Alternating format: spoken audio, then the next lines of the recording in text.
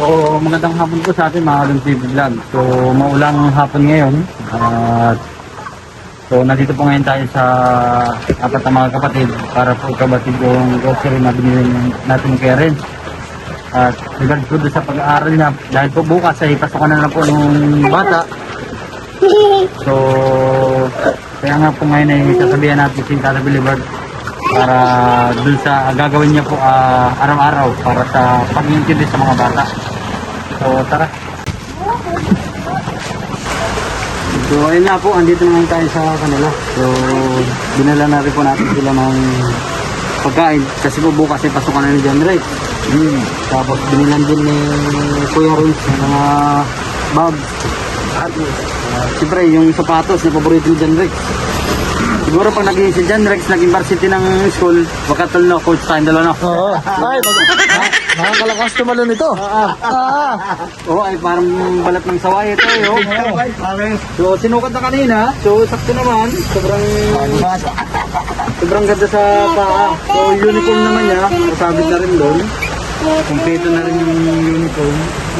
Yan. Tapos yung binigay po ng teacher kanina, mga gamit ni John Rex. Ayun nga po, kakausapin lang natin si tatay regards dun sa papasok niya ng school sa bata. Tatay Bilibert, no. Ang orient po sa amin ni Kuya Renz ng teacher ay pagpasok po ng bata ay unang-una malinis. Yung kumaga po pagdating sa school tol, ano? Malinis. Malinis din yan. Kung mayroong mang malinis sa mga estudyante, gusto sana namin na nakita rin ni Kuya Renz na masarap sa puso namin. Yung gandang tingnan ng bata. Siyempre, diraan kayo ako rin. Siyempre, saka po laging yung bago pumasok ay may kain din. Siyempre, kailangan din kasi ng mga needs sa pagkain araw-araw para pag ginanong sila, pumasok agad sa isipan nila yung kanilang kaalaman. So, kamusta naman tatay yung pagtulog natin yung nakaraan sa kutsyon? Ayun, masarap. Mainit. Lalo yung taglabing ngayon. Bagay na bagay yung question. Pero, matanong ko lang, tatay, okay lang ba na bigyan ka namin ng katabi? Oo nga, yung Ay, hindi yung aso! Aso! Bigyan ng katabi aso? Sige din. Ay! Wala, naghanap pa ng babae. Lalaki yan, ha? Huwag na, iba na agad ang isip ni tatay. Sabi ko, bigyan namin ng kasama, aso. Kaya, erang kasama nila sa pagtulog. Matagal katipog. So,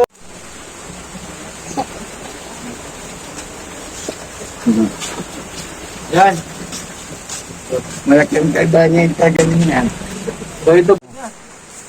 Oh, hindi ate mo na.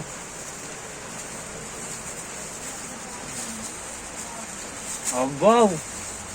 Anong gana ilakad niya na? Walong nga. Ay, ang ganda naman. Ating tabi na. Anong gusto mo? Oh, di kahit kakain pa ako. Tatay, meron dito mga sabon. Ito mga sabon, oh. Lagay mo dyan para... Sige. Oh, at saka maraming ulam dito para every morning ay kakainin siya na bago pumasok sa school. Kung mapasukin ng wala pang kain, mahirap. Siyempre, oh. Gusto mo nito? Ako? Ha? Ito gusto mo? Kakain pa dyan. Ay, gusto eh. Bintog na siya ako, oh. Bintog na. Dito pa dyan mga pisminaw. Oh. Gusto yun? Dati mulagay, ano? Abuksan natin? Yun ang gusto ko. Bukas, oh. Kanya-kanya yung mede. Ano yung gusto mo? Ito?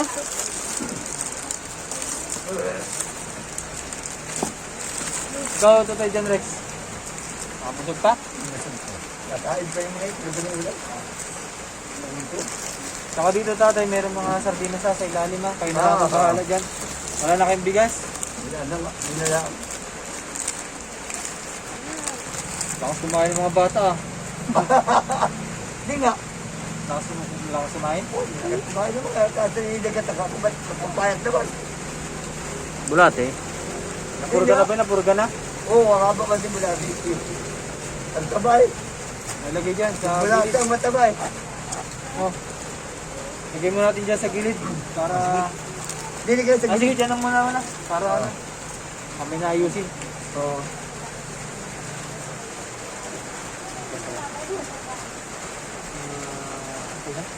Ay, Tatay, may message ka? Maraming salamat po, Ma'am Vicky. Pag-suporta niyo po sa amin.